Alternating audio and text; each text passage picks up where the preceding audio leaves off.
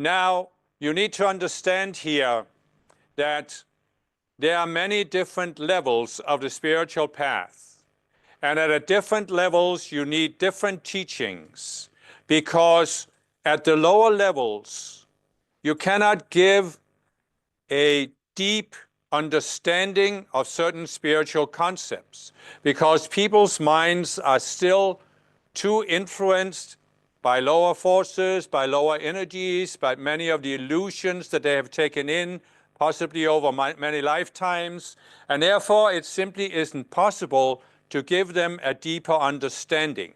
And so there is a certain need at these lower levels of the path to give teachings that, in a sense, you could say, shock people out of their inertia, out of their sense of equilibrium, and make them realize that there is a higher understanding to strive for.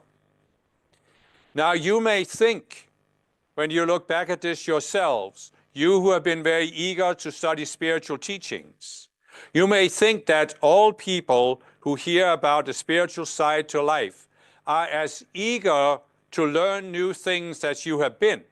But that is not the case for most people.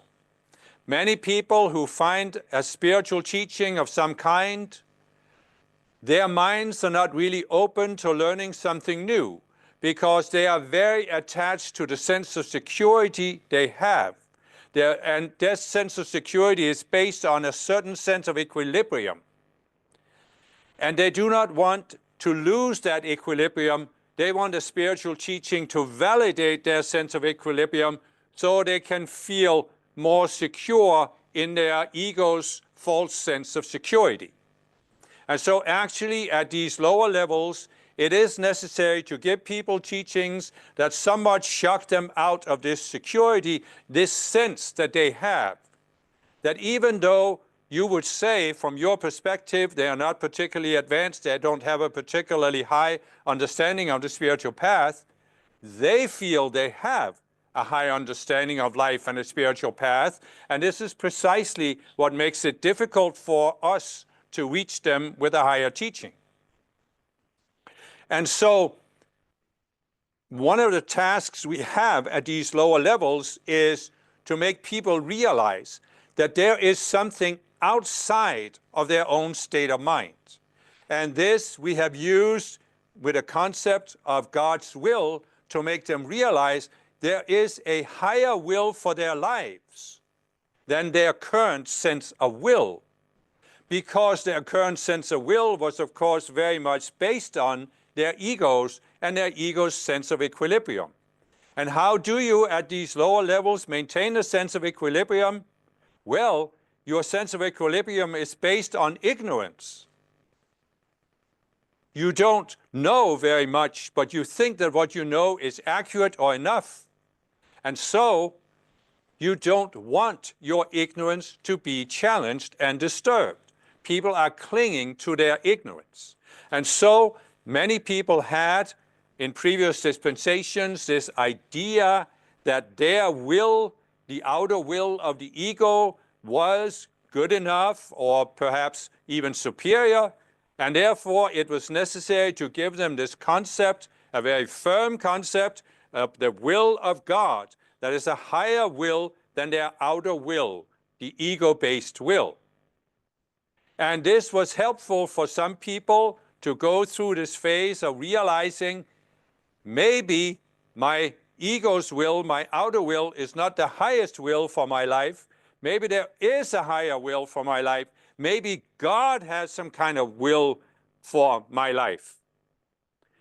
This, of course, as you can see from your perspective, was not a very high understanding, because it is based on this old view of God that many people were brought up with, going back through the Christian traditions and even in the Judeo tradition in the Old Testament, that there is this almighty God, all-knowing God up there in heaven, who has a superior will for all people and is looking down upon earth and having a personal will for each person.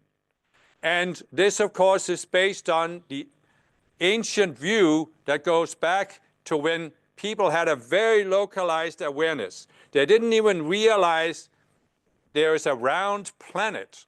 There is a big world. They just were aware of their localized area, and they thought that they and their area was the center of the universe, and they thought they were so important that the God who created the entire universe, the highest God, was personally concerned with this little tribe running around in the Middle East, killing their neighbors and stealing their land. Therefore, justifying the Almighty God of the universe justified the actions of this little tribe running around in the desert. And you can see how localized that view was and how this was transferred to this idea that God, the Almighty God, has some will for you personally. Do you see the effect of this? First, you have people who are totally trapped in their ego-based will, but now they got the idea that there was a God's will, a higher will than their personal will. And they needed to feel that this was the ultimate God who had this important will for their lives.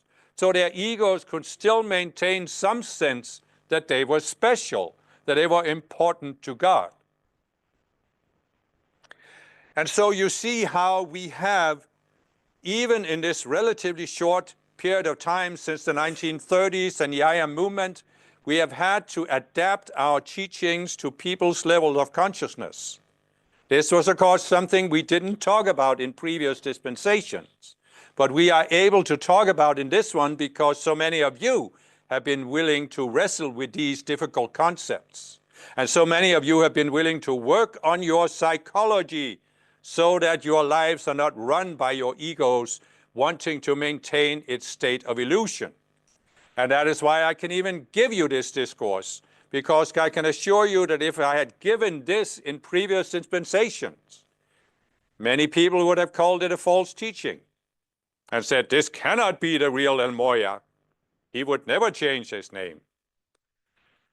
He would never become more than the Moya we had put in a little box where we thought we had him under control.